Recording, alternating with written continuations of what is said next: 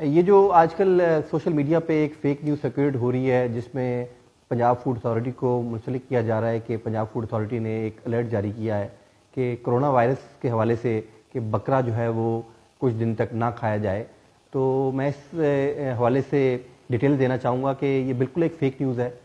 Punjab food authority نے clarification بھی اس پہ جاری کر دی ہے سوشل میڈیا پہ۔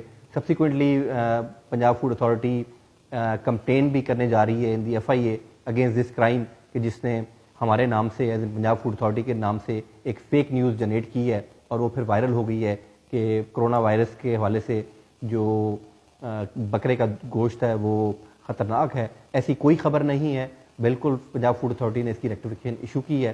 اور اگین اس پہ یہ میں بتانا چاہوں گا کہ بہت سارے فیک اکاؤنٹس بھی پنجاب فوڈ اتھارٹی کے حوالے سے چل رہے ہیں۔